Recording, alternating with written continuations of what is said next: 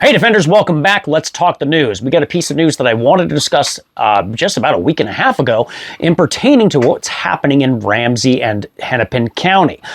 But before we go any further, quick update. We got these Guard Tech Plus cleaning kits that are going to be coming out soon. We're going to be doing pre-order shortly. Like and subscribe, join down below, support the channel, and once these things launch and go live, you can even support the channel more and further and get yourself a good quality cleaning kit for all your firearms. It's got everything from 22 all the way up to 12 gauge, all your jags, your cleaning brushes, your picks, a lubricant bottle with the needle applicator. So lots of options for this thing, including a bore snake with that also. So more to come on those.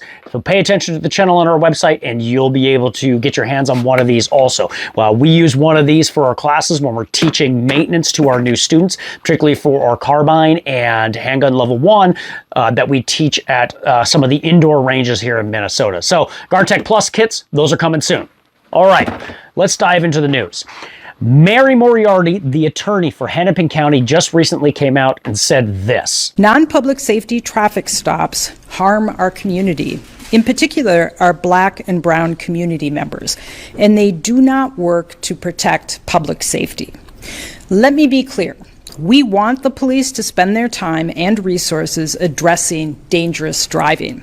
Speeding, distracted driving, driving under the influence, and blowing through stop signs and lights threatens public safety and takes lives. We will continue to prosecute felony cases resulting from dangerous driving behavior. Under our new policy, which will go into effect October 15th of this year, we will presumptively not charge cases that arise from a non-public safety traffic stop. I don't want there to be any confusion about what a non-public safety traffic stop is, so I'm going to list them for you. Failure to display registration tabs or driving with expired registration tabs. Failure to illuminate license plate. Rim or frame obscuring license plate except for the plate letters and numbers. Driving with only one functioning and visible headlight, brake light, or tail light. Driving with only one functional side. As a part of our new policy, we will support additional findings of the consent decree by presumptively not charging cases that directly result from only a consent search during a pedestrian or vehicle stop. All right, summarize, what is she getting at? Low-level traffic stops that result in felony charges connected to a firearms crime or a drug-related crime are no longer going to be prosecuted. Now, this is coming on the heels of something that was similarly enacted in Ramsey County in 2021 after the Philando Castile incident, where we had a armed individual, an armed young black man, was shot in his vehicle, and it drew into question the officer shooting him, his mental stability, and of course, this was coming off of the heels of Black Lives Matter and the Summer of Love, which really fanned a lot of fuel on the fire for those riots that occurred. Okay, now we're not really going into the weeds on this. We're going in and talking about Mary Moriarty, what she has stated, that she's not going to prosecute these cases. Despite all this, Mary is insisting that this only these policies where they, during low-level traffic stops, where they then prosecute crimes related to firearms and for drugs in Hennepin County, they only affect those of people of color, of low-income housing. And that might be a little, disingenuous, if you will, okay?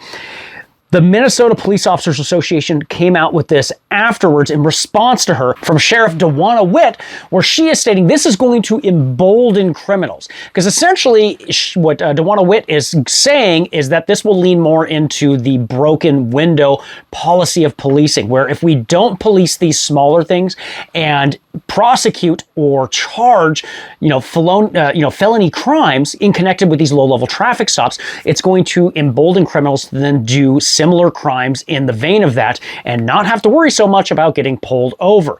Now, Mary insists that this is not going to go this way. She's insisting that they will still prosecute these crimes in conjunction with traffic violations that are not low level, meaning that they were actually a danger to Minnesota public safety. So these would be things like speeding incidences or reckless endangerment or reckless driving, but not necessarily a broken taillight or some other minor infraction as far as traffic laws go. That's where that line of delineation is coming from.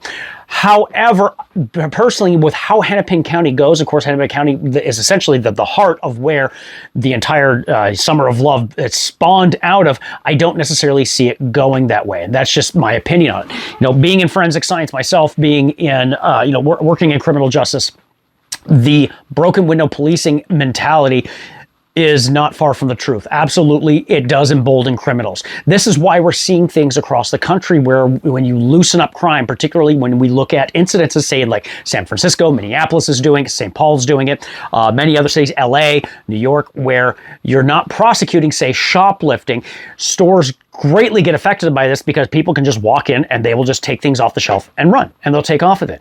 And now you're seeing things across the country in major metropolitan areas where at a CVS pharmacy, you're going to have medical supplies and over-the-counter drugs locked behind glass cabinets, or even things like laundry detergent and Tide Pods or dish detergents locked behind lockable cabinets, glass cabinets on their shelves. So if you as a customer were going in one of these areas, you couldn't just purchase that product and get it off the shelf. You have to go and get an employee of that store to actually unlock the damn thing and let you in there to get it. It's a very silly way of doing things. It's disingenuous, and it's certainly not going to lead to less crime.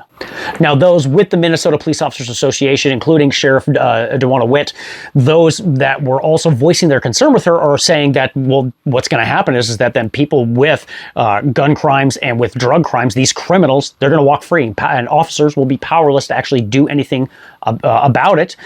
They could press it. They could arrest them right then and there and charge them. But once it goes to the county attorney, she will then turn them loose, and it will not be prosecuted and won't go past any further past that step. And so even though the officers would still have the power to arrest these individuals, they will be let go. And we're seeing that across the country. That's why we have such high rates right now of recidivism across the nation, and especially, again, in major metropolitan areas where you have repeat offenders being let off the hook by rogue DAs and rogue judges, either not getting prosecuted or sentencing getting reduced or court cases getting thrown out. It's like taking your vehicle into a mechanic, and that mechanic is not going to address the small issues with your vehicle anymore. Say you would normally bring it in there because you hear a rattle or a noise, and normally they would check out, what was going on inside, and maybe there's a loose bolt or like a loose belt.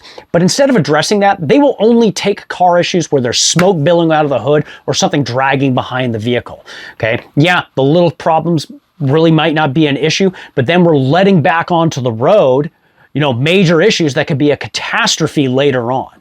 And that's the equivalency here, is that by letting those crimes go and not engaging in low-level traffic stops and then letting drug and firearm-related crimes go with that, now you have the propensity of something more dangerous happening later on. If stopping that person that's smuggling drugs or has them in the vehicle, whereas to save someone's life then because, it was cut with fentanyl, and now you have another fentanyl overdose, and now you have to use police resources to then administer Narcan, try to save them, getting them to a hospital. That burdens the entire system. It's not just one thing that it's affecting. It's not just one group it's affecting. It's affecting taxpayer funding. It's affecting loads on, say, a hospital in an emergency. It's affecting what the police have to do in the long run by not prosecuting an actual felony in regards to a low-level traffic stop. So that's our take on it and what we're kind of getting out of this. And hopefully this is not something that goes that direction, but what we're seeing nationally is that it is going that direction. We have plenty of examples of that now happening, in major areas, all the way from San Francisco, LA to New York to Chicago. It is happening. So anyways, this is Mike with ADS. Don't forget, jump in the comments. Leave your thoughts and opinions there. Like and subscribe and join the channel to stay up to date on everything. And remember, stay prepared, not scared. God bless and good night.